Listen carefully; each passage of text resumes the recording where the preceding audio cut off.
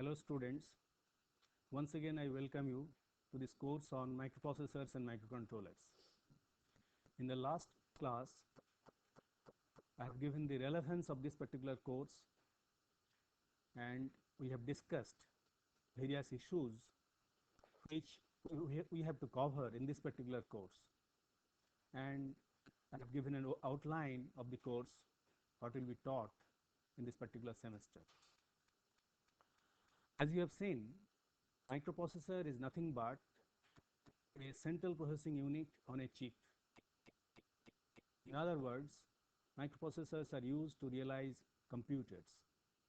So, to understand the function of microprocessor, we have to know little bit about the architecture of a computer system.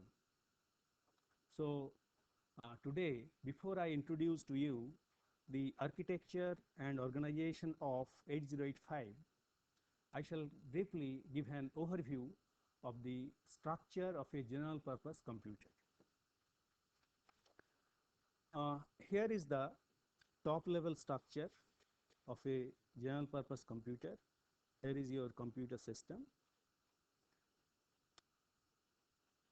If you blow it up, you will find that inside the computer there are several subsystems like CPU, central processing unit, the memory devices, different types of I/O devices, input-output devices or peripherals, and then there should be some way to interconnect them. So there is some mechanism for interconnection.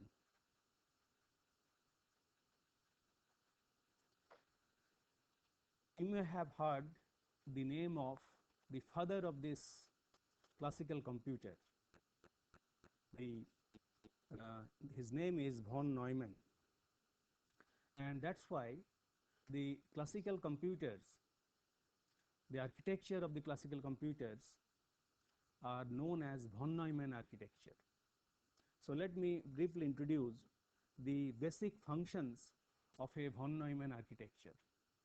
The basic characteristics are, in case of von Neumann architecture, we will find that both data and instructions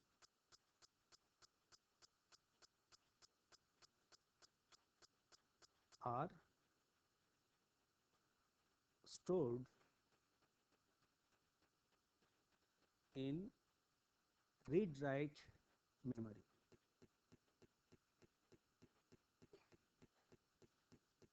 And let's assume this is your read-write memory.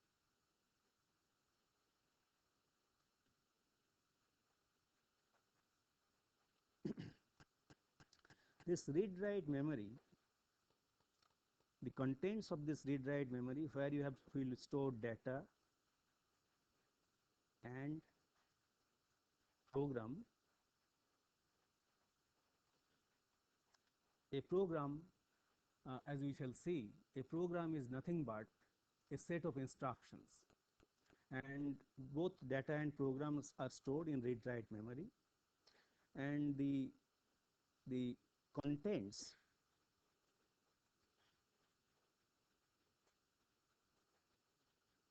contents of this read-write memory are accessed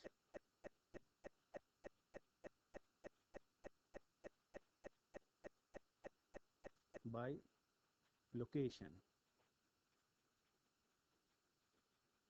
For example, this is location 0, this is location 1, this is location 2,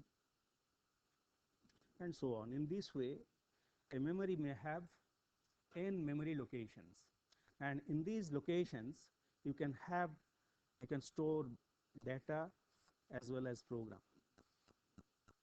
Now, the program, which is nothing but a set of instructions. Instructions are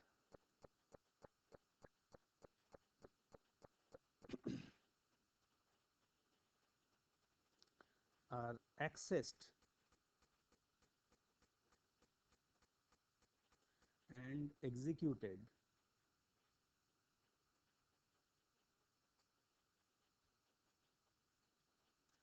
sequentially.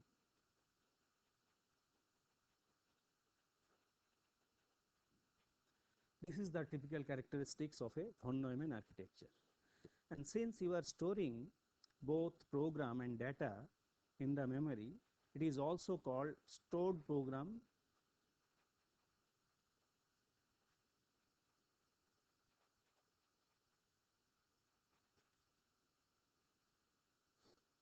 computer or stored program architecture. Now, in this memory will be storing data and program. How they will be executed?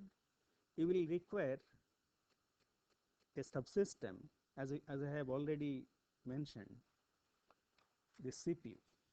CPU will be required. This is the CPU, and also you will require various input output devices or peripherals. The CPU, memory, and I/O devices are interconnected with the help of what is known as system bus. This is your system bus through which the both memory and input output devices are interfaced. Now, the central processing unit is responsible for sequentially fetching instructions and data from the memory and store it temporarily inside the CPU and then execute one after the other. The results may be stored temporarily inside the CPU or maybe again stored back in the read-write memory itself. This is how the von Neumann architecture works. And a typical microprocessor is nothing different from this particular architecture. Only difference is this CPU, which I have shown in the previous diagram. This is your CPU. Here it is replaced by microprocessor, because microprocessor is nothing but CPU on a chip, as I have explained in detail in the last class. Microprocessor is nothing but the central processing unit on a chip. All the functionalities of a central processing unit are stored, are realized or implemented inside this integrated circuit, and this we call microprocessor. And just like the classical von Neumann architecture, here also you will require memory. We will also require various input output devices which are to be interfaced to the microprocessor through the system bus.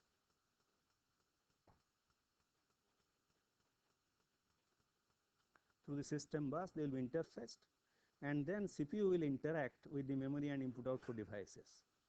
Let us have a look at the different components which are present inside the microprocessor. In other words, what are the different subfunctions that are present inside the CPU? We will require a set of registers. As I explained earlier, the function of a general purpose computer, the instructions and data which are stored in the memory are fetched to the CPU. Then inside the CPU they have to be temporarily stored. These are stored inside these registers. You will require ALU, arithmetic and logic unit, which is responsible for processing the data. That means ALU is used for performing data processing. The ALU name has come because it can perform various arithmetic operations, logical operations, and with the help of that, data processing will be performed. Then you have got timing and control unit. This timing and control unit is responsible for coordinating and control the activities within the CPU and also control various memory devices and input output devices, as we shall discuss in detail. Now, the CPU is inside the chip, inside an integrated circuit, but for its functioning it has to interact with the memory devices, it has to interact with the input output devices, and for that purpose it is provided with interface section.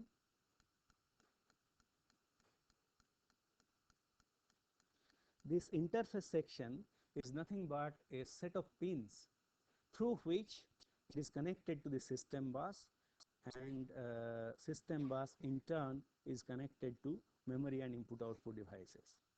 So you will see that in the last 3-4 decades we have microprocessors of different functionalities, different capabilities, but irrespective of the different functionalities and capabilities, this basic functionality that I have explained, that it is nothing but a CPU, that has remained unchanged. And so once you understand one microprocessor, it will be very easy to understand any other microprocessor, and that's why we shall focus on one of the simplest and possibly the most popular microprocessor, which is 8-bit microprocessor, that is 8085. Let us focus on different sections of the CPU. First we shall focus on the register section. You may be knowing what is a register. A register is nothing but a set of flip-flops which are used to store instruction data. And obviously the number of flip-flops will depend on what is the size of data, what is the size of instruction, what is the size of address you will be storing. In case of 8085, you will see most of the registers are 8-bit because it is a 8-bit processor. Size of data is 8-bit. The registers may be broadly classified into two types. One is general purpose,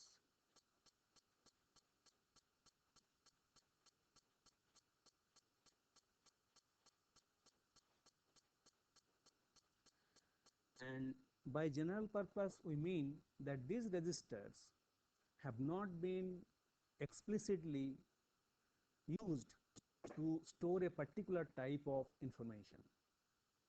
These registers can be used to store data, to store address, and as a consequence the name general purpose has been given.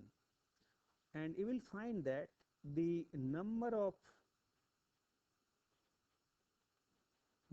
general purpose registers and the number of bits in different registers will decide its functionality, and the number of general purpose registers which are available inside a particular microprocessor will decide the size of the program.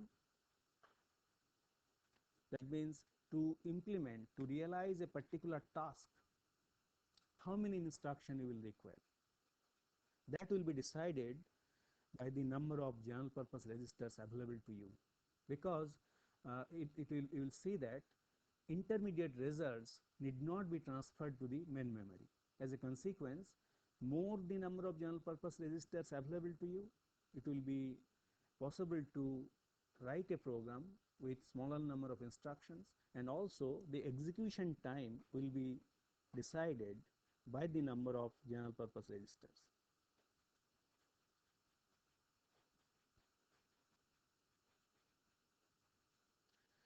And thirdly, ease of programming.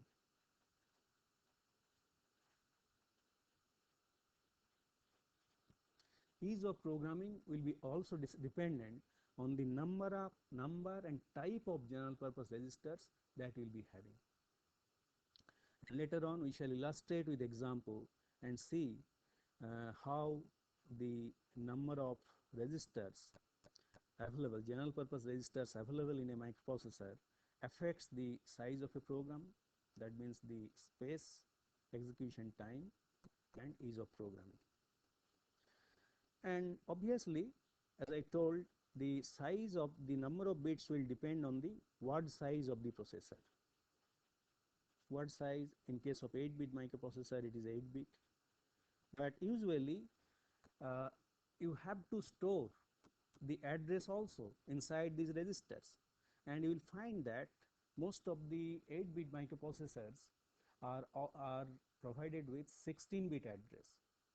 So you have to devise some mechanism by which you can store that 8-bit data as well as 16-bit address using the same registers. And later on we shall discuss the concept of register pair, by which the same set of registers can be used to store address as well, which are 16-bit.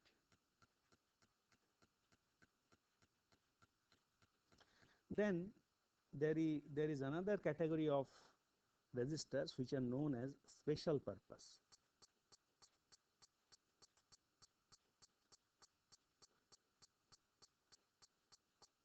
These special purpose registers, as their name implies, are typically used for some specific function, specific purpose. For example, accumulator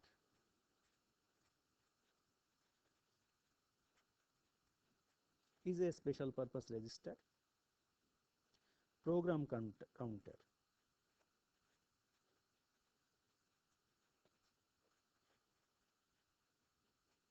is also a special purpose register. Accumulator is commonly used to store one of the operands that will be processed by the by the ALU. So one of the operand will always come from the accumulator, and program counter keep tracks of the memory location. As I was telling, the instructions are accessed from the memory, which are addressed by memory locations. This address is generated by the program counter. Then you will require status register.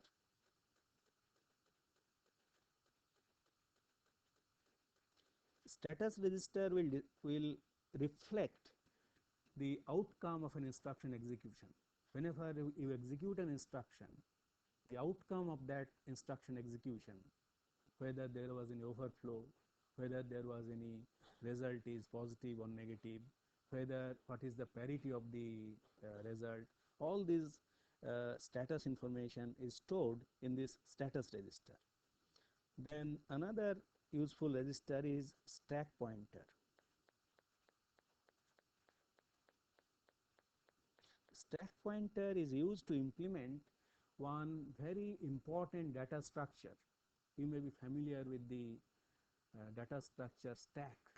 You have seen stack is used for various applications, particularly for interrupt handling. Whenever you are performing subroutine call, you will require stack to store uh, uh, the information that you will require, which will be used after returning from interrupt or after returning from subroutine call. And that's why in most of the microprocessors, stack is implemented with the help of a stack pointer. We shall discuss about it in more detail later on. Now, another way of classifying registers is whether they are user accessible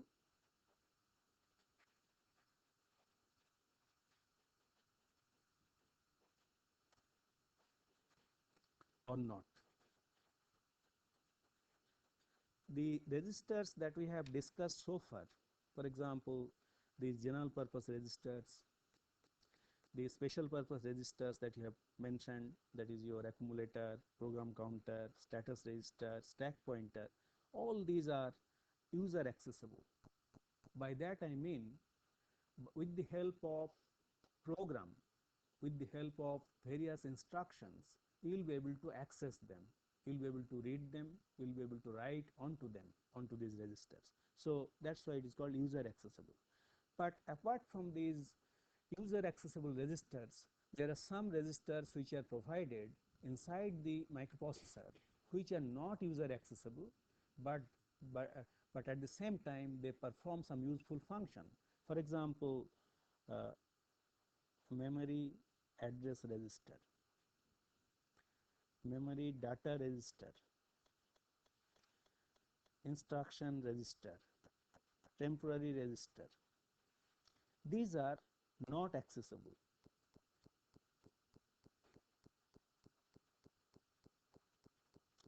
These registers are not accessible to the programmer. That means programmer cannot access them, but nevertheless they are inside the microprocessor and they perform useful function. Memory address register is used to hold the address before it comes out on the address bus for accessing memory and input output devices. Memory data register is used as a buffer register to store the data which is accessed through the system bus, which are read from the memory and input output devices. An instruction register is used to temporarily hold the instruction before it is being decoded and executed by the microprocessor. And temporary registers are again used to hold some intermediate result which is applied to the ALU or other functions. So this is the overview of the different types of registers that are present in microprocessors. In case of 8085, you have got several registers. I shall briefly discuss about them. But 8085 has got uh, number of general purpose registers and some special function registers. For example, it has got accumulator 8-bit because it is an 8-bit processor. Then you have got several general purpose register B, C, D, E, H, L. These are all general purpose registers.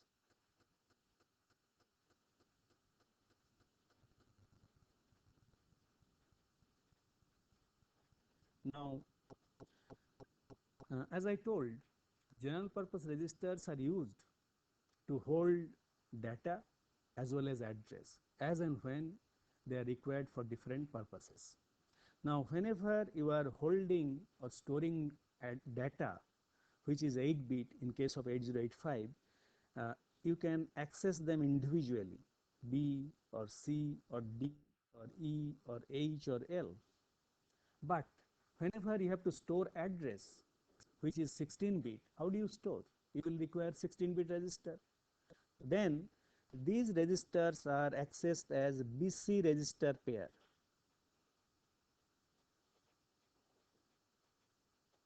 Register pair. So B and C together gives you BC register pair, and then it can hold 16-bit data. Similarly, you can access D and E together as D register pair, HL register pair. So three 16-bit registers are also available, which are combination of these individual registers. That means you can individually access them when you are storing 8-bit data. You can access as register pair when you want to store 16-bit data or address.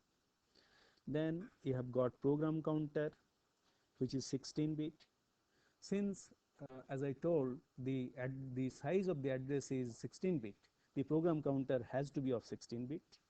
Stack pointer, since it points to a memory location, stack is implemented by a part of the main memory, and stack pointer points to that memory location and or the bottom of the stack, and that's why it should also be 16-bit. Then you have got that program status word or the flag bits. You have got several flag bits S, Z, SC, B and CY. Let's see what are their functions. CY stands for carry. Whenever there is a carry output after the execution of an instruction, this flag bit will be set. P stands for parity. It reflects the parity of the result even or odd. SC, this is your auxiliary carry.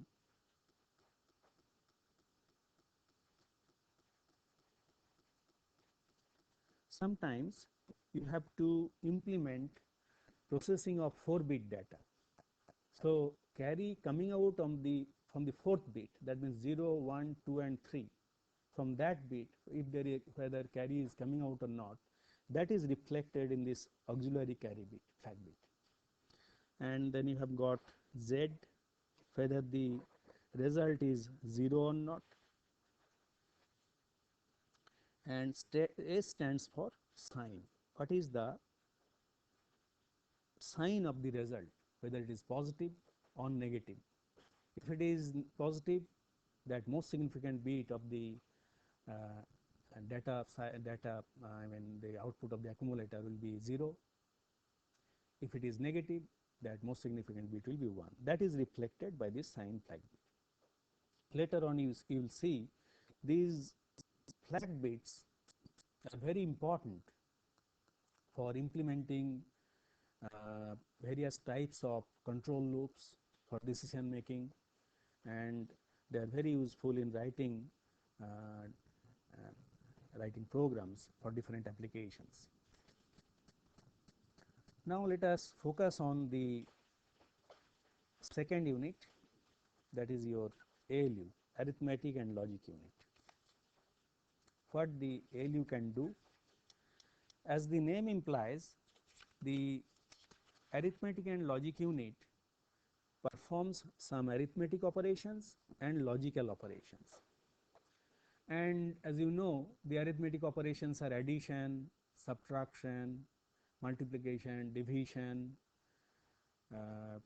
then your increment, decrement. These are all arithmetic operations. However, a subset of different arithmetic operations are available in different microprocessors. For example, when 8085 was introduced, the arithmetic and logic unit capability were very restricted. But in present day microprocessor, you will find lot of arithmetic and logical operations are provided. For example, in 8085, the arithmetic operations which are provided are nothing but very few: addition, subtraction,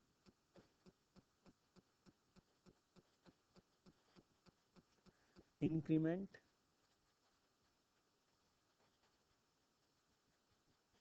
decrement.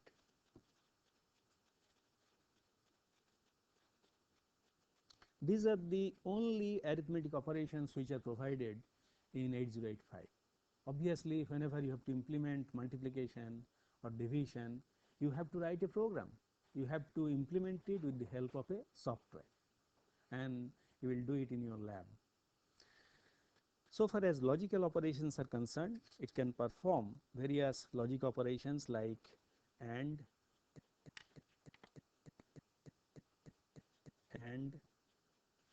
OR, XOR, NOT, clear, compare, shift, rotate. These are the various logical operations the ALU of 8085 can perform. And obviously in modern microprocessors, the logical operations will be more. Other logical operations can be performed. And moreover, the arithmetic operations which are performed are restricted to only 8-bit data. That means if you have to implement, say, 16-bit addition or 32-bit addition, again you have to write a program. It cannot be done directly by executing an instruction of 8085. So this is the capability of the ALU. Now let us focus on the interface section. Before we discuss the timing and control unit, let us focus on the interface section. Interface section uh, is decided by technology as well as by the commercial aspect. For example, the number of pins that is provided by a microprocessor is dependent of the technology of that date. In the early years, integrated circuits were available with only 8 pins. Then later on, 4 pins, then with 8 pins, 16 pins, 24 pins, 40 pins, and gradually it has increased. Because the more the number of pins, more costly is the IC. So the cost of an IC depends on the number of pins, and also you have to see whether the technology of that day, whether it can support it or not. When 8085 was introduced in 70s, in those days 40 was the optimum number of pins which was supported by the technology. So you have to accommodate all the pins, all the signal lines that you require for interfacing with the external world. By external world, I mean memory and input output devices. So they were provided with, supported with only with the help of 40 pins in 8085. And nowadays you will find there are many microprocessors which are having as many as 256 pins or more, because the requirement has increased, technology has advanced. But let us focus on what is provided in 8085. But the this the nature of the interface section has not changed over the years. For example, the interface section will provide a number of pins or lines which can be broadly divided into 3 types: memory and IO control lines. Memory and IO control lines, like say read or write. Whether the CPU intends to perform read operation or write operation, because it is generating a signal which is applied to the memory or input output devices. So ALU or the CPU has to convey to the outside world whether it is performing or the instruction that is executing is for read or write. So that is conveyed with the help of read write pin. Or you will see that there are some microprocessors in which the address that is generated can be for either for memory or for IO. So at a particular instant, the CPU is accessing memory devices or input output devices. That CPU has to convey.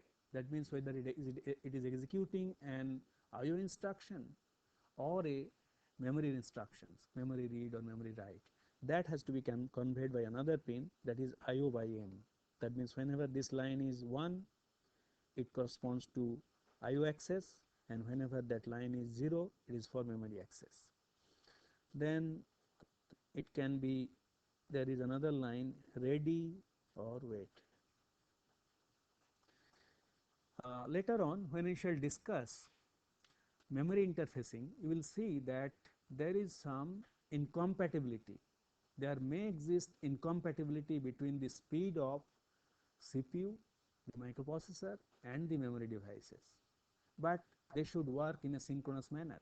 Whenever the CPU is reading some data from the memory, it should read correct data. So for the purpose of synchronization, some signal is provided, which is an input pin to the microprocessor, which is known as ready wait. That means it is used to provide, it is used for interfacing slow memory or input output devices. The memory devices need not be fully compatible in speed with the microprocessor. To facilitate that, this pin is used. Then another pin is provided, that is address latch enable, ALE.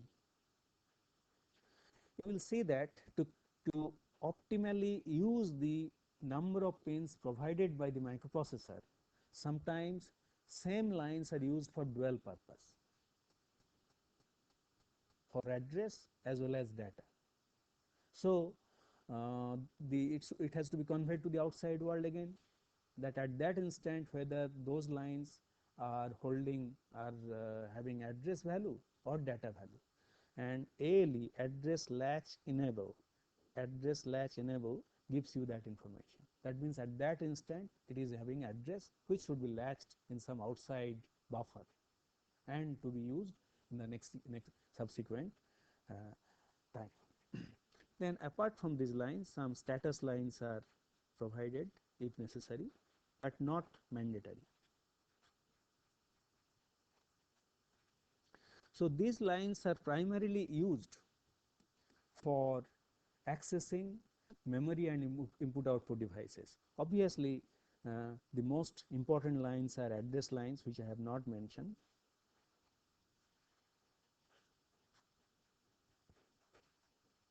and data lines. So apart from address and data lines, these are the memory and IO control lines which are necessary for interfacing memory and input output devices. Then you will require some lines with the help of which the CPU can be controlled from the outside world. Sometimes you may have to interrupt the CPU.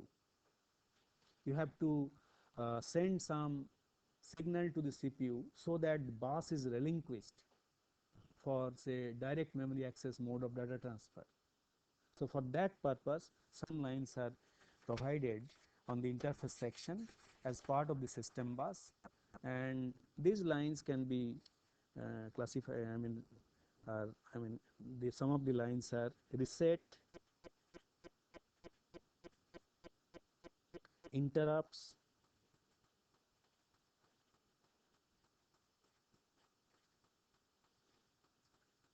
bus request,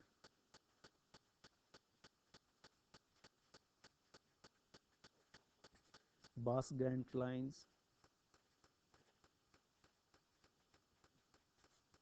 This is necessary to implement, later on we shall discuss in more detail, to implement DMA mode of data transfer, direct memory access mode of data transfer, these lines. And these interrupt lines are necessary to implement interrupt driven data transfer. So these are some of the CPU and bus control lines. Apart from these lines, you will require utility lines like power supply lines,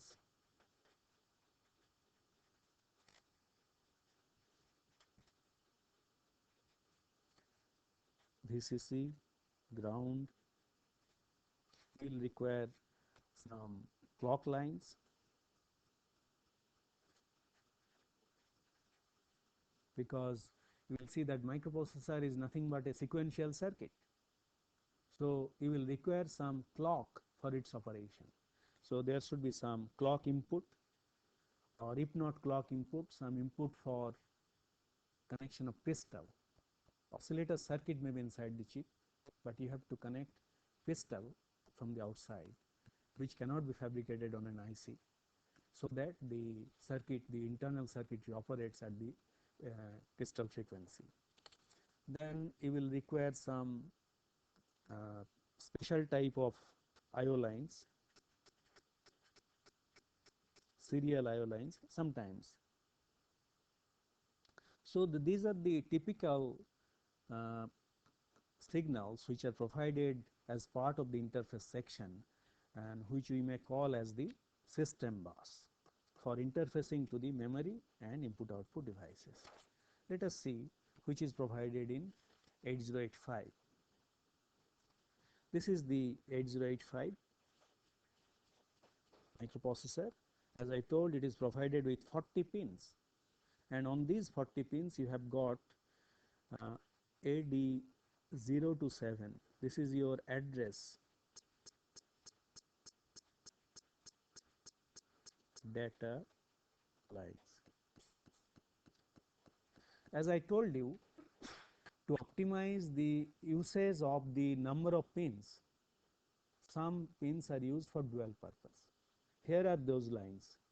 AD stands for address and data.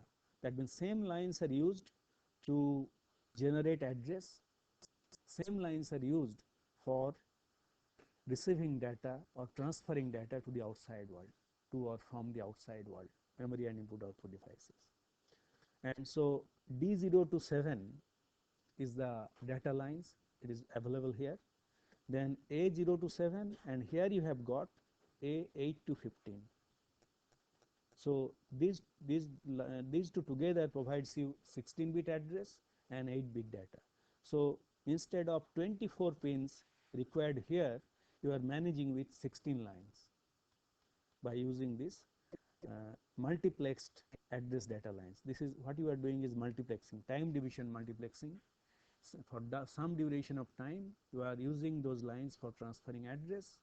For some duration of time, you are using those lines for transferring data. And these are the lines, as I told, are used for memory and I/O control.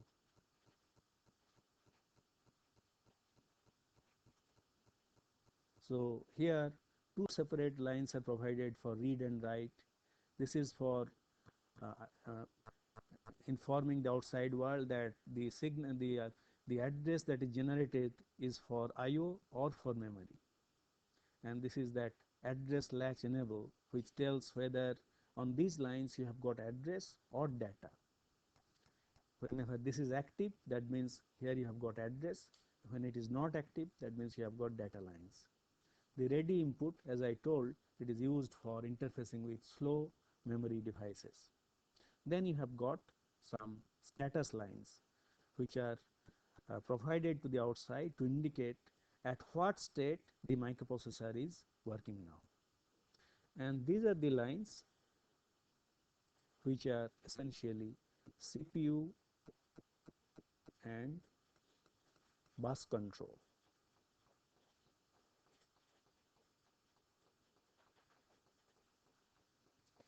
All these lines, trap, RST 7.5, RST 6.5, RST 5.5, INTR, these are all interrupt inputs.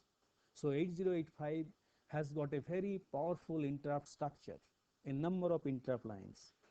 Later on we shall discuss in detail, and we shall see that a microprocessor must be provided with at least two interrupt inputs.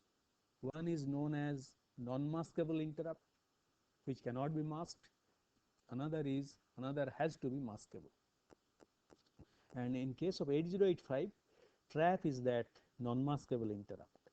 On the other hand, RST 7.5, 5.5, 6.5, INTR, these are all maskable interrupts. By that we mean, by programming, those interrupts can be ignored or disabled, but trap cannot be disabled or ignored.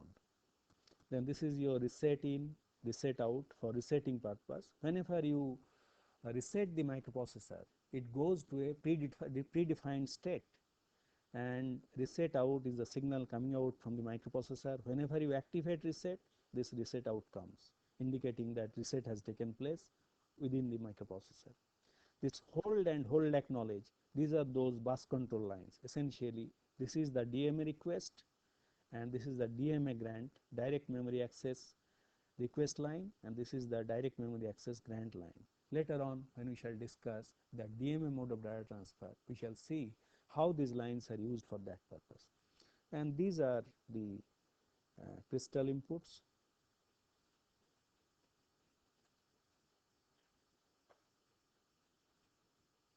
And SID and SOD are used for serial mode of data transfer, serial IO lines. Obviously, apart from this, you will require VCC, that is your plus 5 volt, and VSS is connected to ground. So this here we have shown all the interface lines which are used for interfacing the microprocessor to the outside world. Now, timing and control unit. This section we have not yet discussed. What the timing and control unit does? Timing and control unit coordinates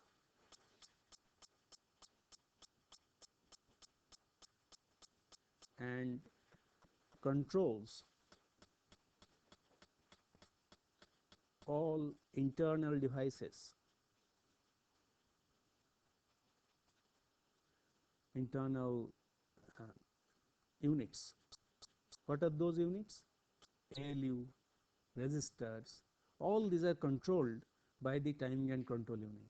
Not only that, timing and control unit also controls the external world.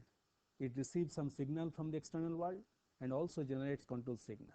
Later on, we will see that timing and control is nothing but a finite state machine, FSM, finite state machine. Finite state machine, this is the general block diagram of an FSM. It receives some input, primary input, it generates some output, and it has got some memory elements, and these are the internal states. This is the general block diagram of a finite state machine, FSM. And basic structure, the way the control unit operates, acts like FSM. You will see that it will receive some inputs like the inputs that I have discussed. Those inputs coming from, say, hold acknowledge, hold request, interrupts, and also some inputs will be coming after decoding that instruction. And in return, it will generate control signals to control all the different sections, the registers, ALU. It will also generate control signals for memory and input-output devices. Anyway, in this class, we shall not go into the details how the control unit is decided, but we shall see how it works, how it is controlling the memory and input-output devices. We shall do that in the next class. But before I conclude, let me just give a block diagram of 8085, that internal block diagram. I have already discussed what is provided inside. This is your accumulator. There is an internal bus, internal data bus, to which all the resistors, this is your accumulator, temporary resistors. I was telling about that one temp resistor which is not accessible to the user, and this is the accumulator. One of the operand always comes from this particular accumulator, and this is that ALU, arithmetic and logic unit, and this is that flag registers where those flags are stored which can be accessed to the data bus, and this is that instruction register which is not accessible to the user, but once the instruction is fetched from the external world, from the memory, it is stored in that instruction register. It is decoded with the help of this instruction decoder. Then the signal goes to the timing and control unit. You can see here the timing and control unit is receiving inputs from the instruction decode unit. It is also receiving input from the ready, the reset, and also it is receiving inputs from those interrupt signals which are not shown here, and accordingly it is generating various control signals. All the lines are not shown to avoid complexity of this diagram. Then this is your reset in, reset out, and to this internal bus there are two buffers. Those address bus and address data bus buffers are provided, which are connected to the outside world, to memory and input output devices. So this particular figure gives you the block diagram of 8085. So in the next lecture we shall discuss in more detail about the timing and control unit, how it operates, how it fetches instructions from the memory, how it executes it, and so on. So we can summarize what we have discussed today. Today we have introduced to you the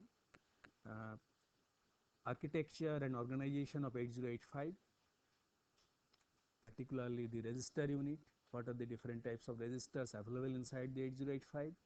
We have discussed in detail the interface section, which is used as system bus for interfacing to memory and input output devices.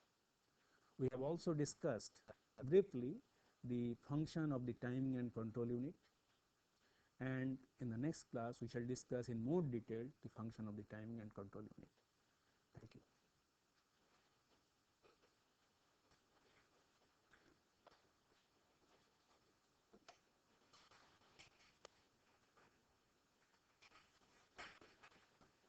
So from next class, come little ahead of time, so that it will be here only. I shall try to do it here, and if I am not able to ready, I mean, if